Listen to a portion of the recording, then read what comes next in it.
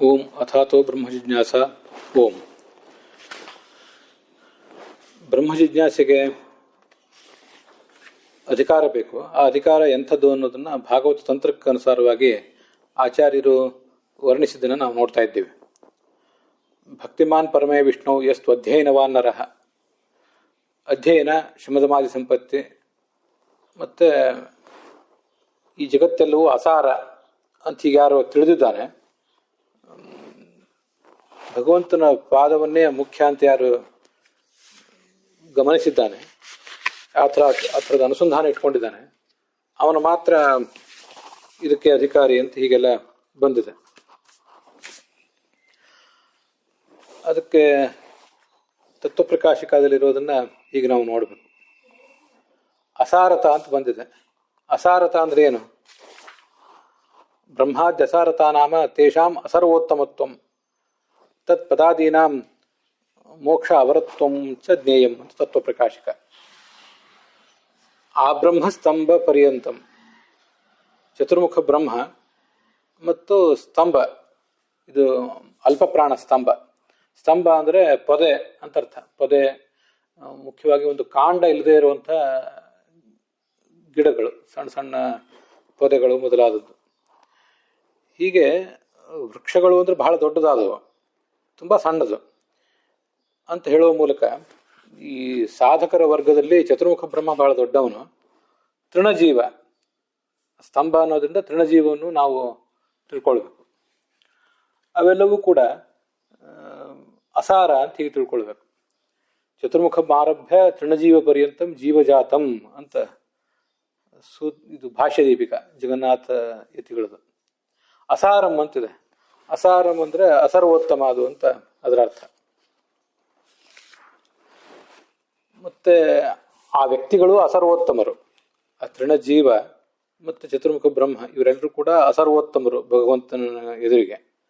ಮತ್ತೆ ಅವರ ಪದವಿಗಳು ಕೂಡ ಅಸಾರ, ಯಾವುದೇ ಸಾರ ಇಲ್ಲದೆ ಇದ್ದದ್ದು ಅವ್ರಿಗಿರುವಂತಹ ಸ್ಥಾನಗಳು. ಚತುರ್ಮುಖ ಬ್ರಹ್ಮನಿಗೂ ಈಗೊಂದು ಸ್ಥಾನ ಇದೆ, ನಮಗೂ ಎಲ್ರಿಗೂ ಕೂಡ ಈಗೊಂದು ಸ್ಥಾನ ಇದೆ. ಸ್ಥಾನ ಅಂದ್ರೆ ನಾವಿರುವ ದೇಹ, ನಮ್ಮ ಒಡೆತನ ಮೊದಲಾದದ್ದು ಇವೆಲ್ಲವೂ ಕೂಡ ಹೀಗೆ ಕ್ಷುದ್ರವಾದದ್ದು ಅಂತ ಅರ್ಥ. ಸಾರ ಅಂತ ಅನ್ನೋದಕ್ಕೆ ಅದರದೊಂದು ಸಾರಾಂಶ, ಅದರದೊಂದು ಸತ್ವ ಅಂತಿಷ್ಟು ಮಾತ್ರ ಅರ್ಥ ಅಲ್ಲ. ಶಾಸ್ತ್ರೇಶು ಭಾರತಂ ಸಾರಂ ಅಂತ ಹೀಗೆಲ್ಲ ಭಗವದ್ಗೀತಾ ಭಾಷ್ಯದಲ್ಲಿ ತಾತ್ಪರ್ಯದಲ್ಲಿ ಆಚಾರ್ಯ ಪ್ರಯೋಗ ಮಾಡಿದ್ದಾರೆ. ಅದರಿಂದ ಸಾರ ಅಂದ್ರೆ ಶ್ರೇಷ್ಠ ಅಂತಲೇ ಹೀಗರ್ಥ. ಇಲ್ಲಿ ಬರೇ ಶ್ರೇಷ್ಠ ಅಲ್ಲ, ಸಾರ ಅಂದ್ರೆ ಸರ್ವೋತ್ತಮ, ಅಸಾರ ಅಂದ್ರೆ ಅಸರ್ವೋತ್ತಮ ಅಂತ ಈಗ ಅದರ ಅರ್ಥ. ಅಸಾರಂ ಚಾಪಿ ಅನಿತ್ಯಕಂ. ಇಲ್ಲಿ ಅನಿತ್ಯಕಂ ಅಂತಿದೆಯಲ್ಲ, ಅನಿತ್ಯಕಂ ಅಂತ ಶಬ್ದ ಇದೆ ಆ ಭಾಗವತ ತಂತ್ರದಲ್ಲಿ. ಆದರೆ ಅದಕ್ಕೆ ಜಯತೀರ್ಥರೇನು ವ್ಯಾಖ್ಯಾನ ಮಾಡಿಲ್ಲ, ಕಮ್ ಅಂತ ಅನ್ನೋದಕ್ಕೆ ಏನರ್ಥ ಅಂತ. ಟಿಪ್ಪಣಿಯಲ್ಲಿ ಯಾರು ಇರಬಹುದು.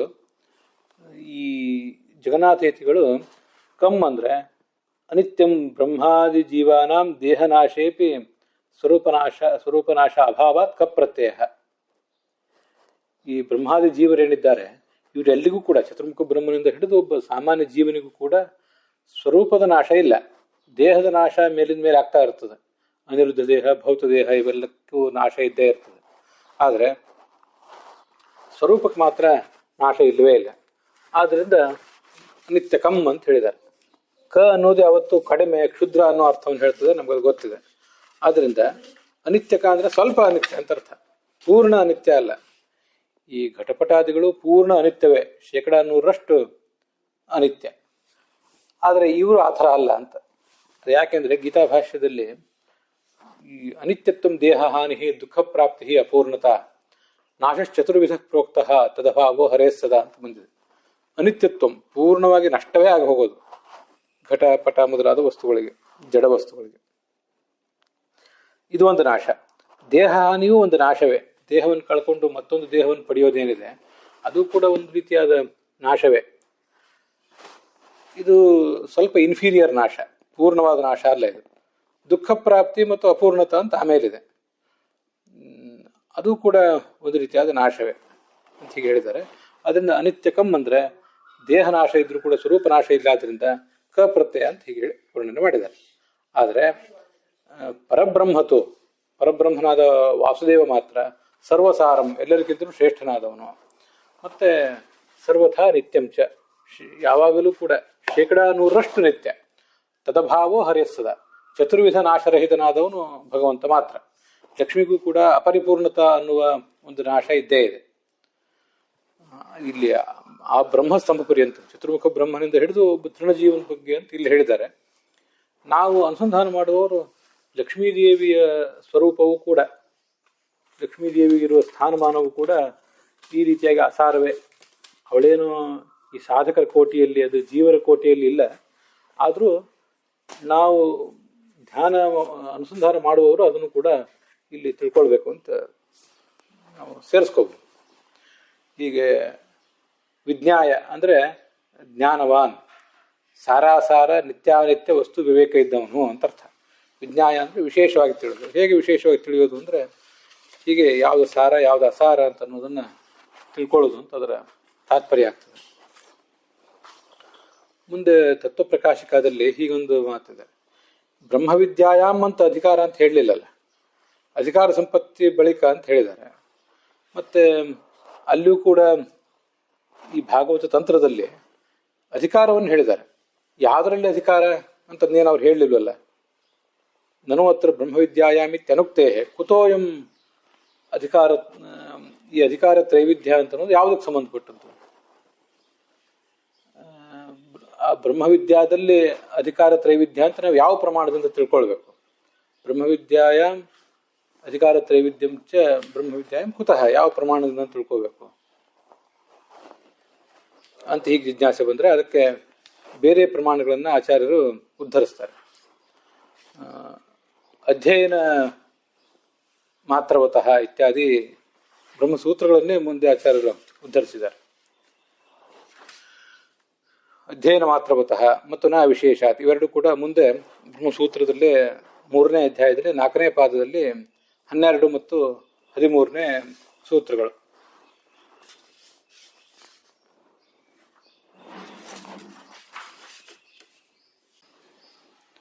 ಅಧ್ಯಯನ ಮಾತ್ರವತಃ ಅನ್ನೋ ಸೂತ್ರ ಏನು ಹೇಳ್ತದೆ?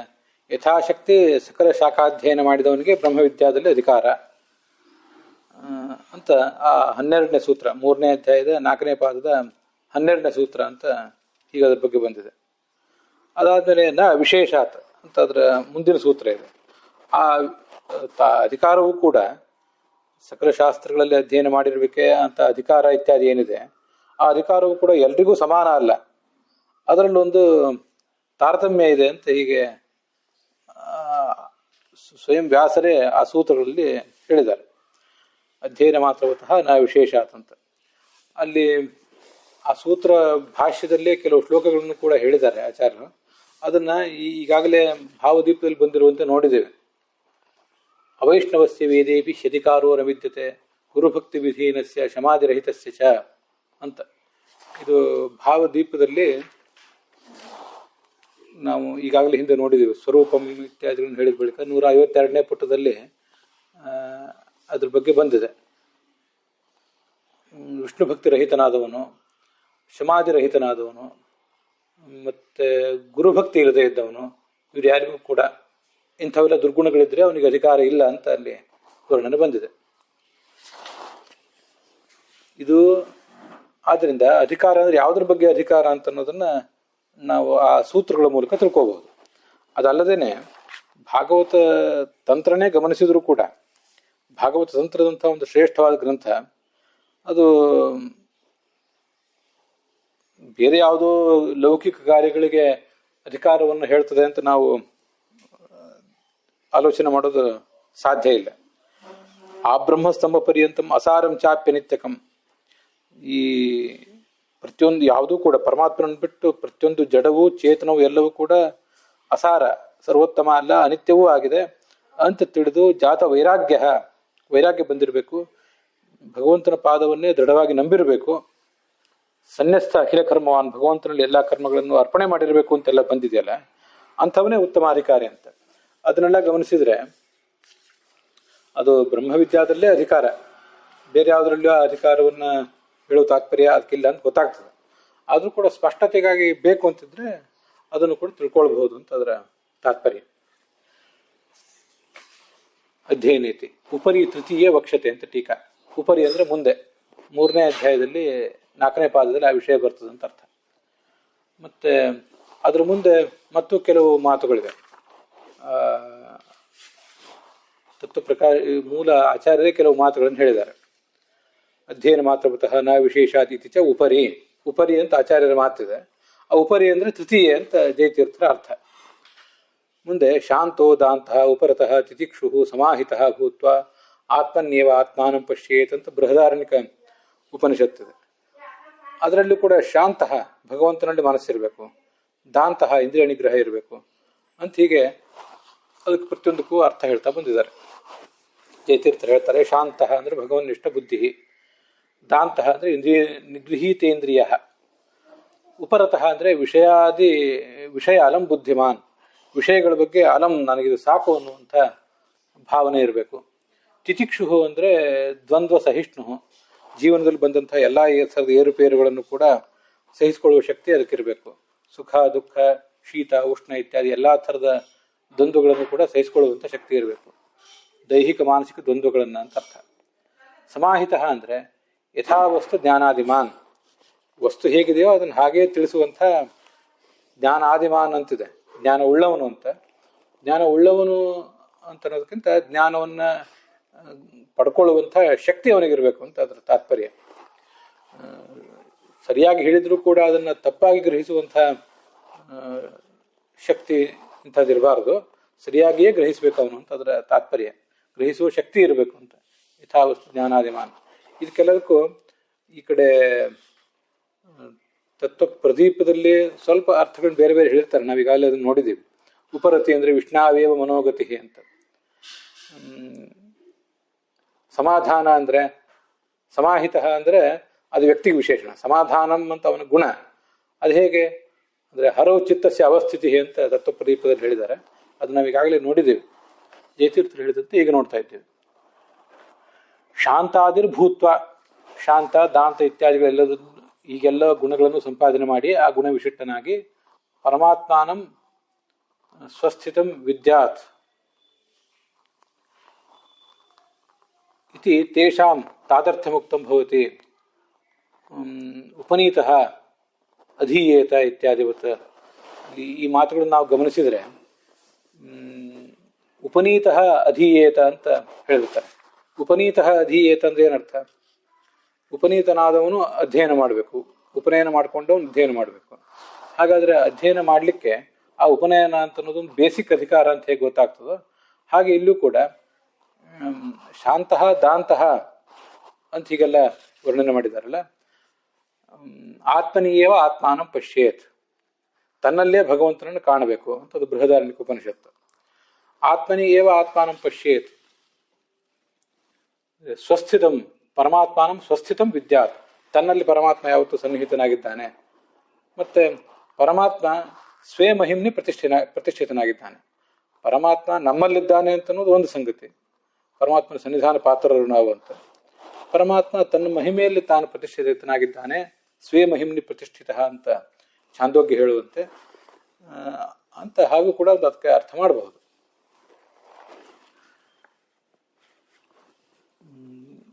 ಇತ್ಯಾದಿವತ ಅತ್ರ ಆತ್ಮನಿ ಇತ್ಯುಕ್ತ ಮಧ್ಯಮಾಧಿಕಾರಿತ್ವ ಸೂಚಿತಂ.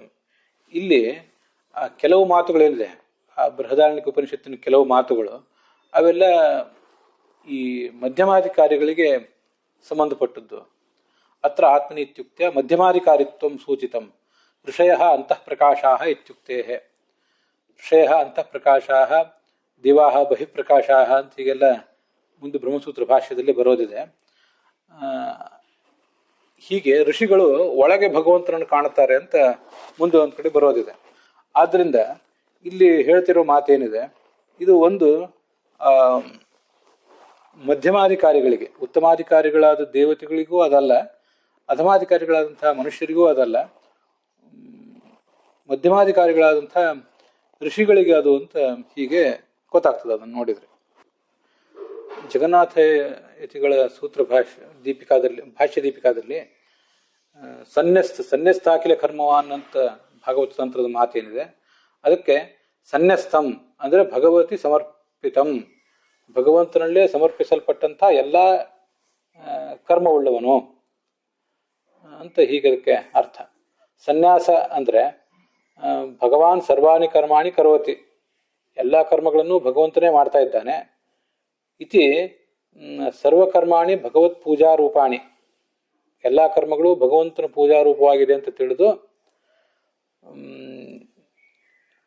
ಭ್ರಾಂತ್ಯ ಜೀವಕರ್ತೃತ್ವೇನ ಜ್ಞಾತಾನಾಂ ಕರ್ಮಣಾಂ ಭಗವತಿ ವಿಸರ್ಗ, ನಾನೇ ಜೀವನೇ ಕರ್ತೃವಾಗಿ ಈ ಎಲ್ಲ ಕೆಲಸಗಳನ್ನು ಮಾಡ್ತಿದ್ದೇನೆ ಅಂತ ಏನು ತಿಳ್ಕೊಂಡಿದ್ದೀವಿ, ಹೀಗೆ ಅಂಥ ಕರ್ಮಗಳನ್ನು ಭಗವಂತನಲ್ಲಿ ವಿಸರ್ಗ ಮಾಡೋದು ಅಂತ, ನಾನು ಮಾಡ್ತಿಲ್ಲ ಇದನ್ನು ನೀನೇ ಮಾಡ್ತಿರೋದು ಅಂತ ಪ್ರತಿಯೊಂದು ಹಂತದಲ್ಲೂ ಎಚ್ಚರ ಇಟ್ಕೊಂಡು ಮುಂದುವರಿಯೋದು ಅಂತ ಅದರ ಅರ್ಥ. ನಾಹಂ ಕರ್ತ ಹರಿಕರ್ತ ತತ್ಪೂಜಾ ಕರ್ಮ ಚಾಕಿಲಂ ಅಂತ ಏನಿದೆ ಅದನ್ನು ಯಾವ ಕಾಲಕ್ಕೂ ಅನುಸಂಧಾನ ಮಾಡ್ತಿರ್ಬೇಕು ಅಂತ ಅಭಿಪ್ರಾಯ. ಭಕ್ತಿಮಾನ್ ಪರಮೇ ವಿಷ್ಣುವು ಅಂತ ಹೀಗೆಲ್ಲ ಈ ಮಾತಿನಿಂದ ಬಂದಿರೋದು ಅದೇ ವಿಷಯ. ಪರೀಕ್ಷ್ಯ ಲೋಕಾನ್ ಕರ್ಮಚಿತಾನ್ ಬ್ರಾಹ್ಮಣೋ ನಿರ್ವೇದಮಾಯಾತ್ ನಾಸ್ತ್ಯಕೃತಃ ಕೃತೇನ ತದ್ವಿಜ್ಞಾನಾರ್ಥಂ ಸ ಗುರುಮೇವಾಭಿಗಚ್ಚೇತ್ ಸಮಿತ್ಪಾಣಿ ಶ್ರೋತ್ರಿಯಂ ಬ್ರಹ್ಮನಿಷ್ಠಂ ಅಂತಿದು ಮುಂಡಕೋಪನಿಷತ್ತು, ಅಥರ್ವಣೋಪನಿಷತ್ನಲ್ಲಿ ಬಂದಿರುವಂಥ ಮಾತು. ಪರೀಕ್ಷೆ ಲೋಕಾನ್ ಕರ್ಮಚಿತಾನ್, ನಾವು ಕರ್ಮ ಮಾಡಿ ಏನು ಅನೇಕ ಲೋಕಗಳನ್ನು ಸಂಪಾದನೆ ಮಾಡ್ತೀವಲ್ಲ, ಸ್ವರ್ಗಾದಿ ಲೋಕಗಳು ಬ್ರಹ್ಮಾದಿ ಲೋಕಗಳು ಇತ್ಯಾದಿ, ಅವೆಲ್ಲವೂ ಕೂಡ ಅಸಾರ ಅಶಾಶ್ವತ ಅಂತ ಪರೀಕ್ಷೆ ಮಾಡಬೇಕು. ಅದನ್ನು ಪರೀಕ್ಷೆಯ ಮೂಲಕ ಅದನ್ನು ತಿಳ್ಕೊಳ್ಬೇಕು. ಬ್ರಾಹ್ಮಣೋ ನಿರ್ವೇದ ಮಾಯಾತ್, ಆ ಮೂಲಕ ವೈರಾಗ್ಯವನ್ನು ತಾಳಬೇಕು. ನಾಸ್ತಿ ಅಕೃತಃ ಕೃತೇನ, ಈ ಅಕೃತ ಅಂದರೆ ಶಾಶ್ವತವಾದ ಮೋಕ್ಷ ಏನಿದೆ ಅದು ಕೃತೇನ, ನಾವು ಮಾಡುವಂಥ ಕರ್ಮದಿಂದ ಅದು ಸಿಗೋದಿಲ್ಲ ಅಂತ ಹೀಗೆ ಭಾವಿಸಬೇಕು. ಆದ್ದರಿಂದ ತದ್ವಿಜ್ಞಾನಾರ್ಥಂ, ಆ ಬ್ರಹ್ಮನನ್ನು ಪಡೆಯುವುದಕ್ಕಾಗಿ ಗುರುವನ್ನು ಸಮೀಪಿಸಬೇಕು ಅಂತ ಅದರ ತಾತ್ಪರ್ಯ. ಅಲ್ಲಿ ತತ್ವಪ್ರಕಾಶಿಕದಲ್ಲಿ ಹೀಗಿದೆ ನೋಡಿ, ಲೋಕಾನ್ ವಿಷ್ಣು ಲೋಕೇತರಾನ್ ಕರ್ಮ ಆಪಾದಿತಾನ್ ಅಸಾರ ಅನಿತ್ಯತೆಯ ಪರೀಕ್ಷೆ ವೈರಾಗ್ಯಂ ಪ್ರಾಪ್ನುಯಾತ್ ಅಂತ ಅರ್ಥ. ಕರ್ಮ ಆಪಾದಿತಾನ್ ಅಂತಿದೆ. ಕರ್ಮ ಆಪಾದಿತಾನ್ ಅಂದರೆ ಕರ್ಮದಿಂದ ಸಂಪಾದಿಸಲ್ಪಟ್ಟದ್ದು ಅಂತ. ಆಪಾದನೆ ಅಂದರೆ ನಾವು ಮಾಡುವ ಆಪಾದನೆ, ಅಲಿಗೇಷನ್ ಅಂತ ಏನಿರ್ತದೆ ಅದೇನಲ್ಲ. ಕರ್ಮ ಆಪಾದಿತಾನ್ ಅಂದರೆ ಕರ್ಮ ಸಂಪಾದಿತಾನ್. ಕರ್ಮ ಚಿತ ಅಂತ ಅಲ್ಲಿ ಏನಿದೆ, ಚಿತ ಅನ್ನೋದಕ್ಕೆ ಆಪಾದಿತ ಅಂತ, ಆಪಾದಿತ ಅಥವಾ ಸಂಪಾದಿತ ಅಂತ ಅದಕ್ಕೆ ಅರ್ಥ. ಅಸಾರ ಅನಿತ್ಯ ಎಂಬುದಾಗಿ ಅದನ್ನು ತಿಳಿದು ವೈರಾಗ್ಯವನ್ನು ತಾಳಬೇಕು. ಮೋಕ್ಷಾದಿತರತ್ರ ನಿರ್ವಿಣ್ಣ ವಿಜ್ಞಾನಾರ್ಥಂ ಗುರುಮೇವ ಅಭಿಗಚ್ಚೇತ್.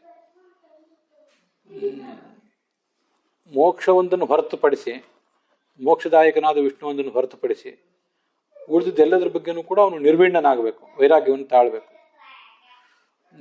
ಮತ್ತೆ ಆ ಭಗವಂತನನ್ನು ತಿಳಿಯುವುದಕ್ಕಾಗಿ ಗುರುವನ್ನೇ ಸಮೀಪಿಸಬೇಕು ಅಂತ ಅದರ ಅರ್ಥ. ಯಸ್ಮಾನ್ ನಿತ್ಯ ಪುಮರ್ಥ ಮೋಕ್ಷ ಕರ್ಮಾದಿನ ನ ಸಿದ್ಧತಿ ತಸ್ಮಾದಿತ್ಯರ್ಥ. ನಿತ್ಯ ಪುರುಷಾರ್ಥ ರೂಪವಾದಂತಹ ಈ ಮೋಕ್ಷ ಅನ್ನೋದು ಕರ್ಮಾದಿಗಳಿಂದ ಸಿಗುವಂಥದ್ದಲ್ಲ, ಜ್ಞಾನದಿಂದಲೇ ಅದು ಸಿಗುವಂಥದ್ದು. ಅದರಿಂದ ಜ್ಞಾನಕ್ಕಾಗಿಯೇ ಹಂಬಲಿಸಬೇಕು ಅಂತ ಅದರ ತಾತ್ಪರ್ಯ. ಬೃಹದಾರಣ್ಯಕ ಉಪನಿಷತ್ತಿನ ಮಾತೇನು ಬಂತಲ್ಲ ಮೇಲೆ, ಶಾಂತೋ ದಾಂತಃ ಅಂತ, ಅದು ಕಾಣುವ ಶ್ರುತಿ ಪ್ರಾಸಂಗಿಕವಾಗಿ ಹೇಳಿದೆ. ಸೂತ್ರ ಭಾಷ್ಯ ದೀಪಿಕಾದಲ್ಲಿ ಆ ವಿಷಯ ಬಂದಿದೆ.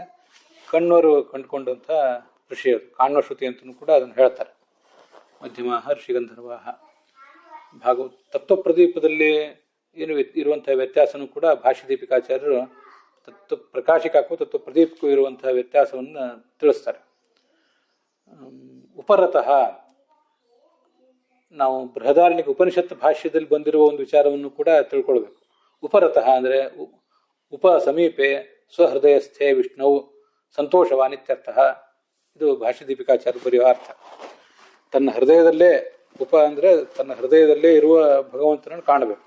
ವಿಷಯದಿಂದ ವೈರಾಗ್ಯ ಅಂತ ಒಂದು ಅರ್ಥ. ಅದರಲ್ಲಿ ಬೃಹದಾರಣ್ಯಕ ಭಾಷ್ಯದಲ್ಲಿ ಆಚಾರ್ಯ ಹೇಳಿರುವಂಥ ಅರ್ಥ.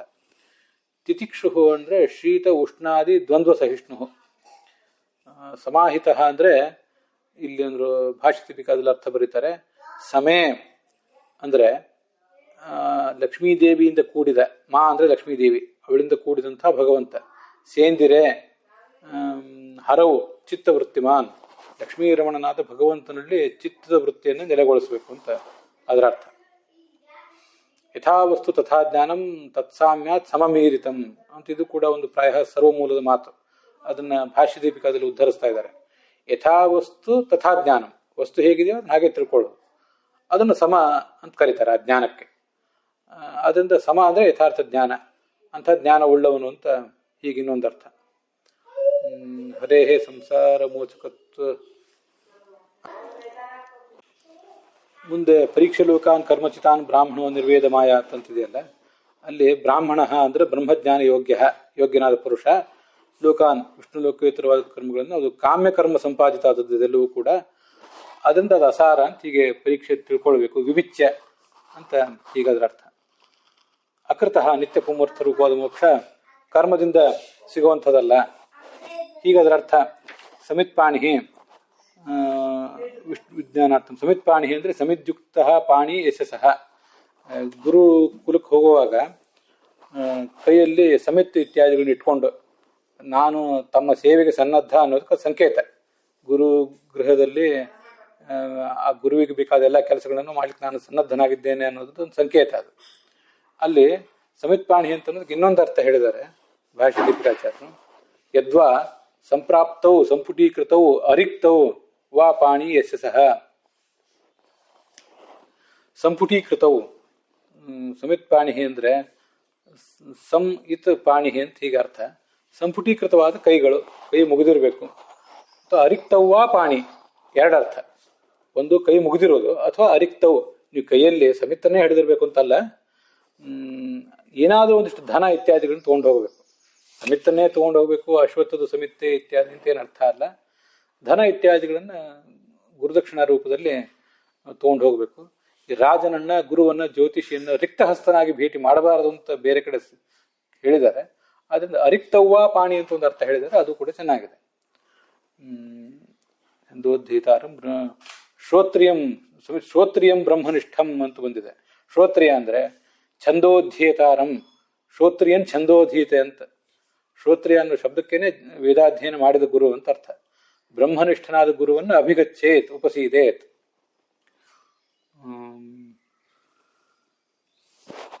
ಗುರುಮೇವ ಅಭಿಗಚ್ಚೇತ್ ಅಂತಿದೆ. ಸರಿಯಾದ ಗುರುಮೇವ ನತು ತದನ್ಯಂ, ಗುರುವಾದವನನ್ನೇ ನಾವು ಸಮೀಪಿಸಬೇಕು ಹೊರತು ಬೇರೆಯವ್ರನ್ನ ಸಮೀಪಿಸಬಾರದು ಅಂತ ಅದರ ತಾತ್ಪರ್ಯ. ತತ್ವಪ್ರದೀಪದಲ್ಲಿ ಕರ್ಮಚಿತಾನ್ ಅಂದ್ರೆ ನಮಗಲ್ಲಿ ತತ್ವಪ್ರದೀಪ ಆವಾಗ ನೋಡುವಾಗ ಕೆಲವು ವಾಕ್ಯಗಳು ಮಿಸ್ ಆಗಿ ಹೋಗಿರ್ಬೋದು. ಅದನ್ನ ಭಾಷ್ಯ ದೀಪಿಕಾ ನೋಡಿದಾಗ ಕ್ಲಿಯರ್ ಆಗ್ತದೆ ನೋಡಿ. ಕರ್ಮಚಿತಾನ್ ಅಂದ್ರೆ ಕರ್ಮಣ ಸಂಪಾದಿತವಾದ ಲೋಕಗಳು, ಅಂದ್ರೆ ಐಹಿಕಾನ್ ಮಂದಿರಾದೀನ್. ನೋಡಿ, ಬರೇ ವಿಷ್ಣು ಈ ಬ್ರಹ್ಮಲೋಕ, ಸ್ವರ್ಗಲೋಕ ಇತ್ಯಾದಿ ಮಾತ್ರ ಅಲ್ಲ, ನಮ್ಮ ಮನೆಯ ಮಠ ಇತ್ಯಾದಿಗಳು ಕೂಡ ವಿನಾಶಿ ಅಂತ ಹೀಗೆ ಪರೀಕ್ಷೆ ತಿಳಿದು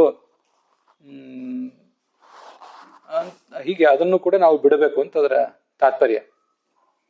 ನಾಸ್ತಿ ಅಕೃತಃ ಕೃತೇನ ಅಂದ್ರೆ ಅಕೃತವಾದ ಮೋಕ್ಷವು ಕೃತವಾದ ಕರ್ಮದಿಂದ ಸಿಗೋದಿಲ್ಲ ಅಂತ ಮಾತ್ರ ಅಲ್ಲ, ಅಕೃತಃ ಅಂದ್ರೆ ಜ್ಞಾನಿಪ್ರಿಯನಾದ ಭಗವಂತ ಅಂತ ಹೀಗೆ ಅರ್ಥ ಬರೆದಿದ್ದಾರೆ ತತ್ವಪ್ರದೀಪದಲ್ಲಿ. ಜ್ಞಾನಿಪ್ರಿಯನಾದ ಭಗವಂತ ಕರ್ಮದಿಂದ ಸಿಗೋದಿಲ್ಲ, ಅವನು ಜ್ಞಾನದಿಂದಲೇ ಸಿಗುವುದು ಅಂತ ಹೀಗದ್ರ ತಾತ್ಪರ್ಯ.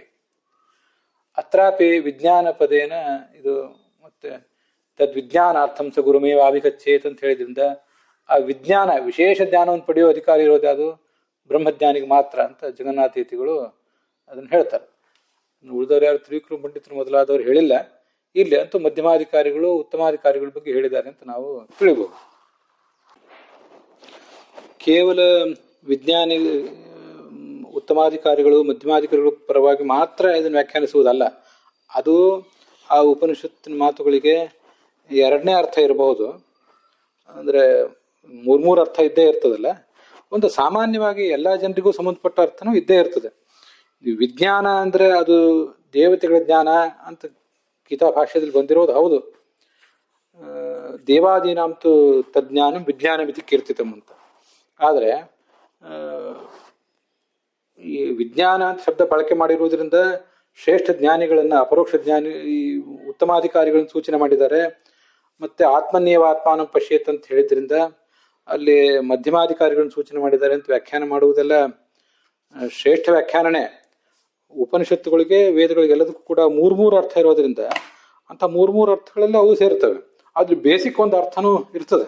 ವಿಜ್ಞಾನ ಅಂದ್ರೆ ನಮಗೂ ವಿಜ್ಞಾನ ಇದ್ದೇ ಇದೆಯಲ್ಲ. ಪರೋಕ್ಷ ಜ್ಞಾನ ಸಾಮಾನ್ಯ ಜ್ಞಾನ, ಮತ್ತು ವಿಜ್ಞಾನ ಅಂದರೆ ಅಪರೋಕ್ಷ ಜ್ಞಾನ. ಹೀಗೆ ನಮಗೂ ಕೂಡ ಅದು ಸಂಬಂಧಪಟ್ಟೇ ಪಡ್ತದೆ. ನಾವು ಆತ್ಮನ್ಯವಾತ್ಮಾನಂ ಪಶ್ಯೇತ್, ಭಗವಂತನನ್ನ ನಮ್ಮ ಹೃದಯದಲ್ಲಿ ನಾವು ಪ್ರತಿಬಿಂಬರಾದಂಥ ನಾವು ಬಿಂಬನನ್ನು ಕಾಣಬೇಕು. ಆದ್ರಿಂದ ಸರ್ವ ಅಧಿಕಾರಿಗಳಿಗೂ ಸಾಮಾನ್ಯವಾಗಿ ಒಂದು ಬೇಸಿಕ್ ಅರ್ಥನೂ ಕೂಡ ಅದಕ್ಕಿದ್ದೇ ಇದೆ ಅಂತ ನನ್ನ ತಾತ್ಪರ್ಯ. ಅದು ಹೊರತುಪಡಿಸಿ ಮಧ್ಯಮಾಧಿಕಾರಿಗಳಿಗೆ ಉತ್ತಮಾಧಿಕಾರಿಗಳಿಗೆ ಮಾತ್ರ ಅನ್ವಿತ ಆಗ್ತದೆ, ಅದು ಎರಡನೇ ಅರ್ಥ ಅಂತ ಹೀಗೆ ನಂದೊಂದು ಅಭಿಪ್ರಾಯ. ಅಲ್ಲಿಗೆ ಈ ಭಾಗ ಸಮಾಪ್ತ ಆಗಿದೆ.